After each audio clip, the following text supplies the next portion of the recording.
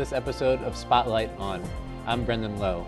Today we're here with Dr. Shawana Gray, an alum of Camden High School, to talk more about her path through the Camden School District and into her current career working in the field of medicine in Philadelphia. Thanks very much for being with us today. Thank you for having me here. Of course. So can you tell us a little bit more about your educational background growing up here in Camden? Definitely. So I am a Camden-born resident. I went through Camden City School District from preschool all the way up into high school. Started out at Forest Hill Elementary School.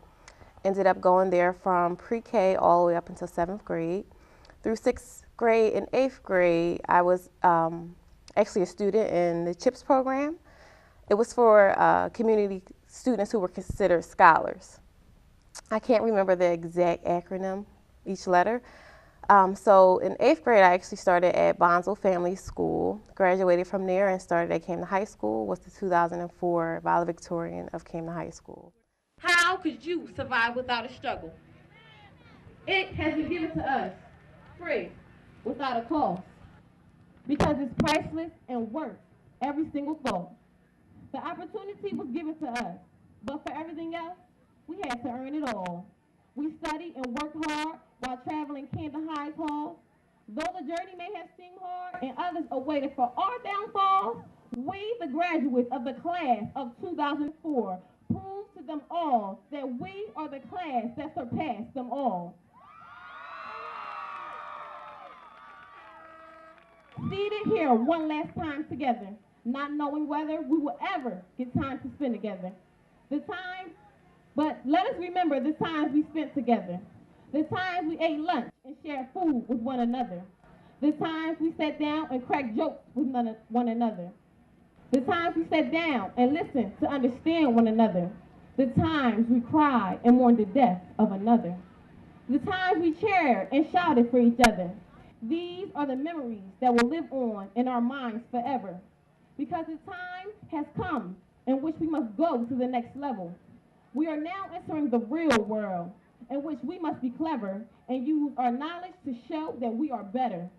No longer can we label ourselves as average, because we are not added up and divided by each other. We stand alone with the ability to multiply our knowledge and exceed past all others.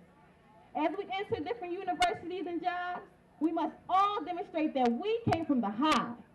Our school colors, purple and gold, are colors of royalty that prove we stand bold. Always remember to keep God first, because he will direct your path beyond any other person on earth. When things get rough and it seems as if you have no one to give you a word of advice, don't hesitate to fall on your knees to pray to your Heavenly Father daily or maybe once or twice. Believe me, he will always have an ear to hear your fears so that you will make the proper choices that will enhance your careers. Have faith in yourself and the Lord up above, because he will never mislead you, for you are the child that he loves. Everything happens for a reason, so never question the master's work. No one is perfect, and we all sometimes fall short. Be true to yourself and the ones that you love. Follow your heart, which is manifested in love. Tomorrow isn't promised, so live as if today is your last day. Fulfill your goals and live with self-control. Remember to thank those that encourage you never to give up, because they succeeded in seeing you at your best. We made it, class of 2004, and we finally out the high doors. This is from me to you. Thank you.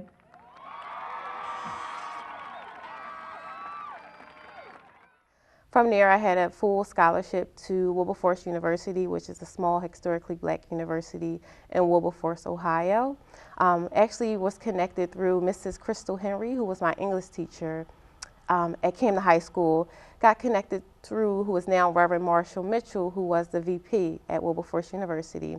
Was a part of the Prophecy Club at Camden High School and was offered the opportunity for a full academic scholarship to that university through meeting Reverend Marshall Mitchell through Mrs. Crystal Henry from Camden High School. After completing my education at Wilberforce, I then went on to complete my graduate nursing education at Thomas Jefferson University in Philadelphia. Wow. All right, congratulations. Thank you. So we'll just talk through that in a little bit more detail to kind of connect the dots for folks along the way. Okay. For the students who are watching and giving them a better sense of how somebody who started at Forest Hill is now still at Jefferson in Philadelphia. So the fact that you were valedictorian gives us a little bit of a sense of what kind of a student you were. But can you talk about how you did in school? What your approach was, and how you balanced the different priorities that you had on your plate while you were in school? Definitely. So in high school, I was a student athlete. So I ran track all 4 years of high school. But through, a great home life, family life, they always taught me that academics was first. So though you had great athletic ability, that wasn't going to be my future career. I was always taught that academics come first. You can always break your ankle, become unhealthy, but no one can take away with your intellectual ability. So that was the first thing. Through great mentorships, through people like Mrs. Crystal Henry that I encountered, Coach Gregory Foster, who was one of my coaches in high school, they always put academic first. Our girls track team, we always had the highest grade point average at Camden High School as far as athletics. So my approach was school first. No matter what, school always came first. Everything else was second. And can you talk about what you learned in terms of preparing you for college? You not only went to college, but you left the state for college. Were there people, you mentioned a few individuals at Camden High School, were there people and skills that you learned from your time at Camden High or before that were particularly important to you transitioning to college and doing well once you got there? Well, I would say the biggest thing was I was a part of the Prophecy Club, which Ms. Crystal Henry, she was the founder of at Camden High School. And that club actually helped get students ready and prepared for college. Okay. So we did small college tours. We had small workshops on things to expect in college. We had writing workshops. She always had other guest speakers of individuals who had actually succeeded in college come back to speak to us individually about their experience in college. I was happy to get away from home. So traveling far away wasn't a big deal for me. I was happy to, venture out and see a different part of the world. So that was really exciting for me. I was also a part of a program at Rutgers University where it was called the GEMS program. And it was a program geared towards females or girls who were excelling in mathematics and science. So during my freshman and sophomore year of high school, in the summer, I had a chance to actually attend Rutgers as a high school student. And we were doing different scientific projects. We got to interface with instructors and professors throughout the program. Also, I was a part of the junior staff program at the aquarium. And all these programs, I was informed about the programs through Camden High School. I'm not as sure as to who informed me, but they were always programs facilitated through Camden High School. But the junior staff program at the aquarium, New Jersey State Aquarium, I was a part of that program for 2 years as well. We actually taught classes. I think I was at Cooper, and we taught science courses in the summer. We also they treated us to a trip for spring break to Key West. And we stayed on some type of reserve, or we swam with sharks. We swam in the Gulf of Mexico. Okay. So I had a great experience. In all of those programs, I was informed by the programs through someone at Camden High School. Yeah. But those were a few of outside programs that were outside of school that kind of gave you exposure to life outside of high school and things to expect to come. And what did you take away from those experiences? You didn't end up at Rutgers. You don't work, for an aquarium or in marine life, but it seems like those were still beneficial experiences for you. So I think the biggest thing was it kind of allowed me to interface with other ethnic groups and people of different socioeconomic backgrounds. Growing up in a Camden school district, you're not really exposed to people outside of your ethnicity per se. We have a lot of Hispanics and, of course, African Americans. But being in those programs, I was exposed to Caucasians, Asians, and people who may have come from a higher socioeconomic class than myself. So that's really important prior to going to college, because you're going to be exposed to those different groups of people. And it's important to understand how you fit with them and how to interact with them. So I think that's the biggest take-home point that I probably had from those experiences. And Wilberforce, you said it's a small school in Ohio. About Yes. how small was it at the time? Very small, so I think it's less than 1,000 students Okay. enrolled, so very, very small university. Okay, so you came from a big high school to this small Small. school out in the middle of Ohio. Cornfields. There you go. and so what was that transition like for you? And if you can also just give a sense, especially for high school students who are thinking about, where do they might want to go to college, can you talk about how you ended up, deciding that the Cornfield School was the right one for you? So the biggest thing for me was a scholarship. I was a valedictorian of Camden High School, so I didn't expect my parents to pay for me to go to school. I felt like I worked hard academically, so wherever I was going to get a full scholarship, that's where I was going regardless. So that was the biggest point for me. I actually was able to visit the school prior to accepting enrollment through Reverend Marshall Mitchell, who was a VP at the time. I traveled there in the summertime just to kind of get a feel of the campus beforehand. But it was a big transition. There's no public transportation there, but I think it's good because when you're coming into school as a freshman and not really having that freedom per se as a high school student, it's good to kind of have a small university where you're kind of stuck in one place. Less trouble occurs. You're less likely to go out and do something that you'll regret later on in life. I think the small, close-knit community within the university made me feel like I was a part of it and people knew who I was. So I wasn't just a person on campus in a number of enrollment. My professors knew me by name. I knew other students around me by name. So I think the small, close-knit community was a good thing for me. And you were very involved in high school. Did that continue in college as well? It did. I actually was a part of the tutoring program and a mentorship program at Wilberforce University as well. Oh, okay. Yep. So I did continue. I didn't continue athletics. They didn't have a track team, so athletics kind of took a backside. Okay. And being so far away from home, were there any kind of feelings of homesickness, or how did you kind of balance, growing up here and all of a sudden being so far away? So, to be honest, I didn't expect homesickness until my first visit home. So I came home for Thanksgiving break, and when I ended up leaving, that's when I realized I really, really missed home. My parents didn't allow me to take my car my first year, which was a good thing, but then a bad thing because I couldn't go home when I wanted to go home. So I think that was the biggest thing. I didn't realize I missed home until I actually came back to home. But flights from Ohio to Philadelphia weren't too expensive at the time, so I remember getting tickets to go home for less than $200. Oh, wow. So I was able to travel home here and there, but I just think when you have goals set and you know your purpose as to why you're in school, it drives you to complete your education and understand home is always going to be home. You're always going to get to go home. You may not always have this opportunity to obtain a graduate education.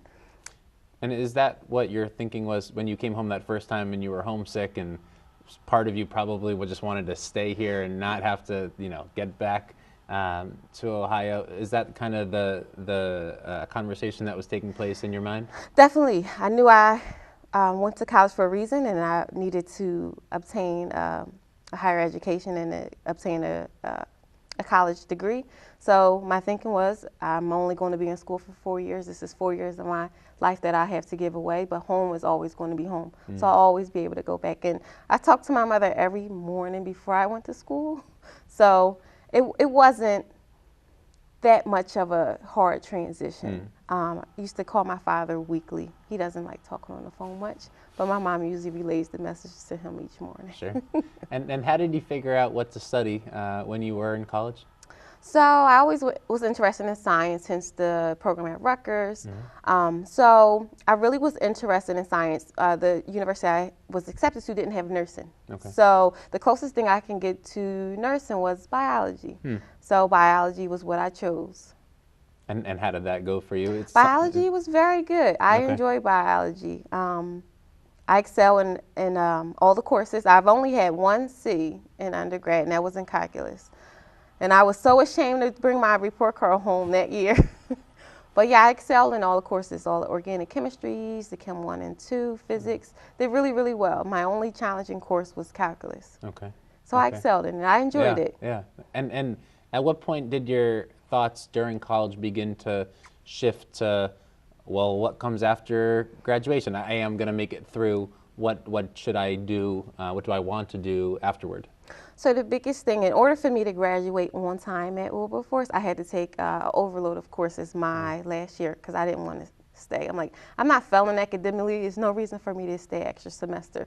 So during that time, I was researching schools who had nursing programs for individuals who already had a degree that was non-nursing based.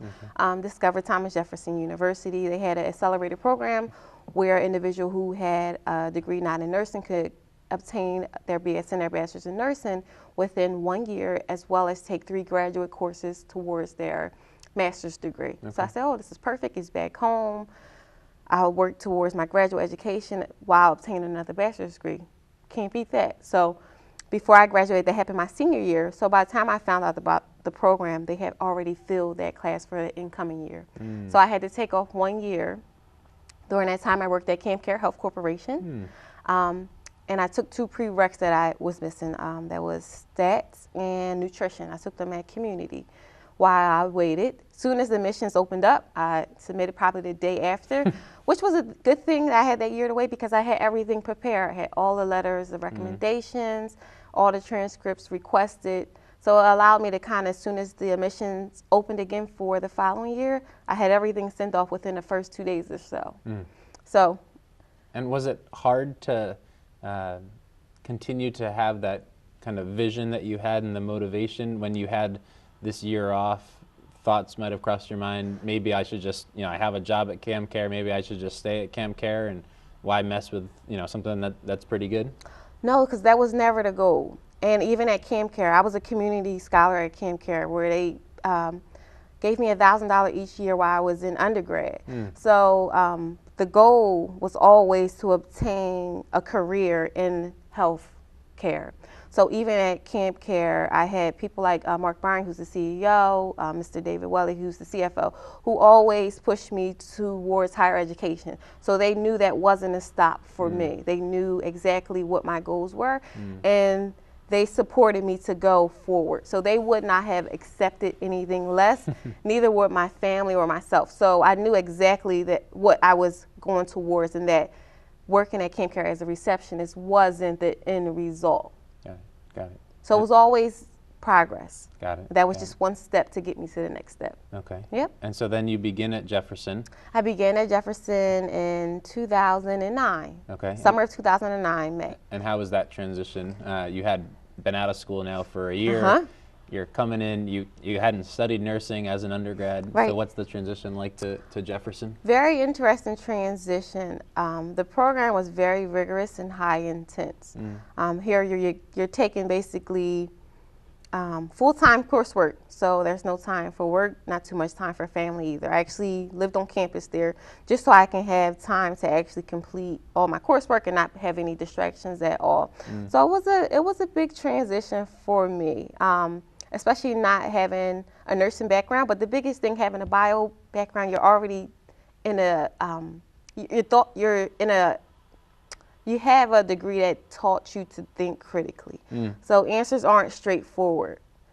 Physics is extremely hard. Organic chemistry is extremely hard. So those courses kind of already have you in a mindset of thinking critically, which is a huge part of nursing in general. So I think having a degree in biology kind of set me in an appropriate stage to start in a career in nursing. I think the hardest transition was having a full load of courses again, where I was off for a full year and only taking 1 or 2 prereq courses, where now I'm back full-time as a student. Right. So I think that probably was the hardest transition. But once it started, Jefferson provided a lot of support for students in the FAC program.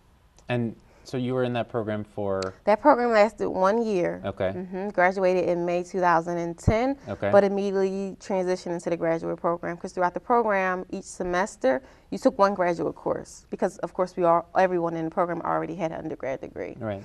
So I started straight into the graduate program upon graduation. So I remember graduating, I had a class for the graduate program that same night of graduation. Wow. So it was a really quick transition. No kidding. Yep, very quick turnover rate. And so just to be clear, because you hadn't studied nursing as an undergrad, you had to take some of the the courses that are more directly related so that you could begin the coursework. That was the year-long program, and then you began the graduate program directly focused on nursing. So the year program was directly focused on nursing. The biggest thing, even if I went undergrad and went straight for a degree in nursing, the first 2 years you're taking all your sciences. So that's the big thing about my science degree in biology. I took all the courses that will be required for a nursing student. So starting the program at Jeff, that 1 year program, I got a bachelor's in science. So those courses usually typically will take 2 years for a student going a 4-year route for nursing. They condensed the program into 1 year.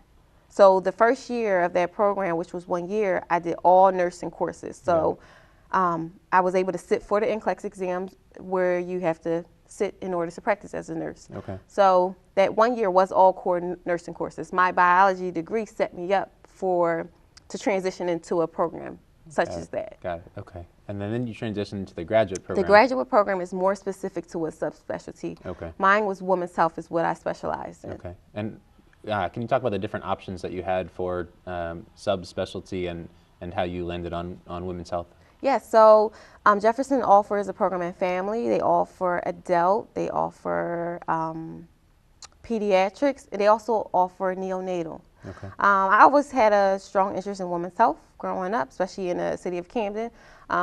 Even literature shows that women, we tend to take less care of ourselves because we kind of take care of our family and everybody else and leave ourselves for last. So I always kind of wanted to be in a position where I can kind of educate women about proper health care and how to properly take care of ourselves and to include ourselves in our health as well as our family's health. So I always had a passion about women's health. Okay. So I kind of already knew I wanted to go in women's health. The good thing is that Jefferson had just started their program. So I was in that first graduating class. So it kind of worked out perfectly. The program was offered right upon my graduation from the BSN program at Jefferson. Okay. And so you come out of the graduate program and take us through kind of what happens next. So I come out of the graduate program. Jefferson offers a doctorate in nursing practice program.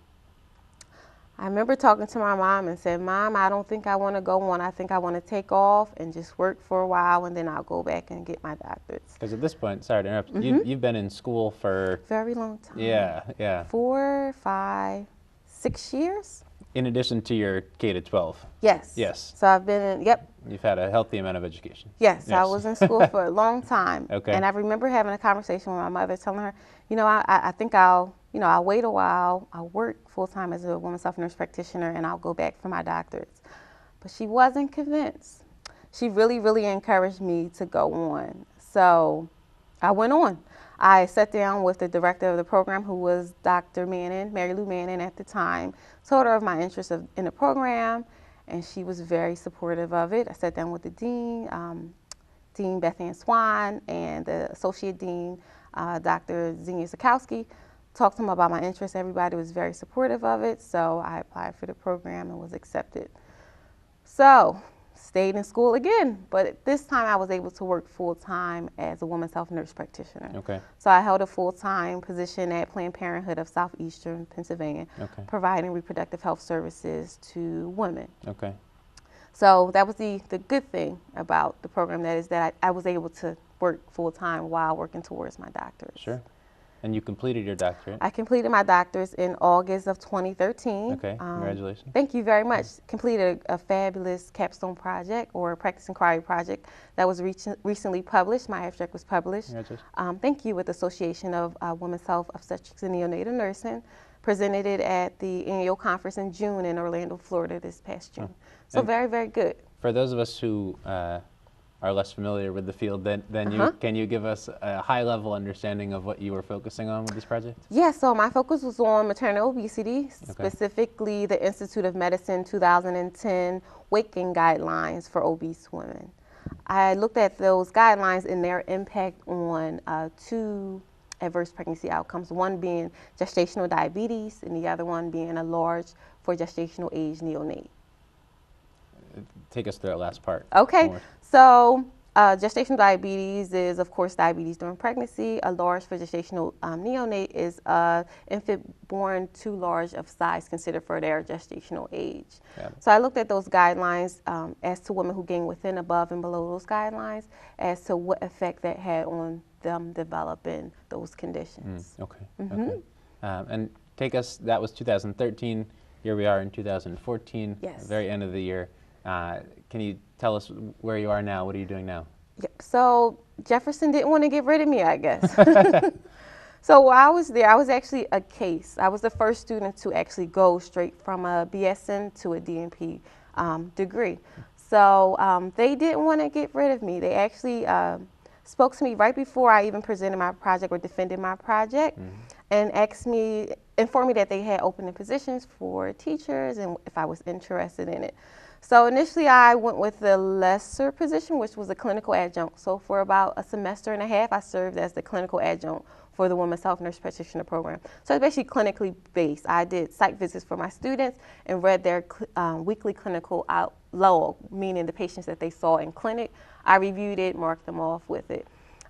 Did one lecture, but didn't go hands-on fully within it.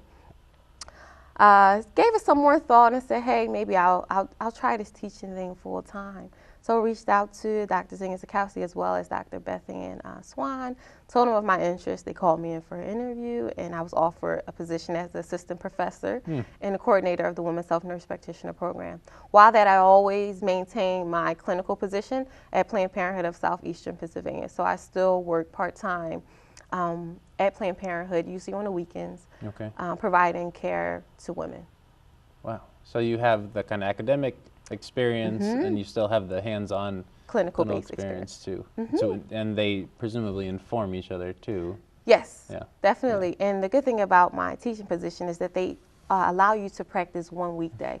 So I try to get in clinic at least one day a week if Planned Parenthood has all openings. We have over 12 centers, so I'm able to rotate through, but my main base center is in Westchester, PA, which I travel to on Saturdays. Okay, okay. And you're still, you know, just 10 years out of high school here. Yes. What, as you look down the road, are there you talk about being very goal-oriented, are there goals that you still have on your radar for you know, 10, 20 years down the road? Definitely, but right now I want to focus on, I'll be a wife soon. Congratulations. Thank you, and I'll have a family soon. So I think that part of my life has been on hold for a while. So those are things that I'm kind of going to focus on now. But probably within the next 10 years, hopefully we'll start more programs geared towards educating women about their health, more community-based events and drives. My fiance and I had a healthy backpack event with the Boys and Girls Club, the East Camden location, this past summer, where we donated a lot of book bags to Camden City residents as they transition into the new academic year. So I want to definitely stay within community projects within the Camden City. And any kind of last lessons for students who are watching, current Camden High students, future Camden High students, just students in Camden who are kind of looking at where you are now. They're in 8th grade, they're in 4th grade, they're in 10th grade. How do they get from where they are to whatever their version is of where you are now? So I think the biggest thing is to believe in your abilities. I know that's the hardest thing for a lot of individuals to do. So believe that you can achieve whatever you want to achieve. I know you may hear it a lot by, you know, your superiors or your teachers or your mom or dad, but it's really true. Whatever you believe can come true. Surround yourself around positive people and have a strong support system. Reach out to different mentors, whether it be a teacher, coach, even your parents can mentor you to succeed. But the biggest thing is to believe in your abilities. You can achieve whatever you put your mind to do. And you are great evidence of that. Thank you. Dr. Gray, thanks very much for joining us today here on Spotlight On. If you have an idea for an alum or a current student or official who should be on the show, email us at communications@camden.k12.nj.us. Remember to follow us on Facebook, like us on Twitter, and watch us on YouTube. Thanks very much and have a good day.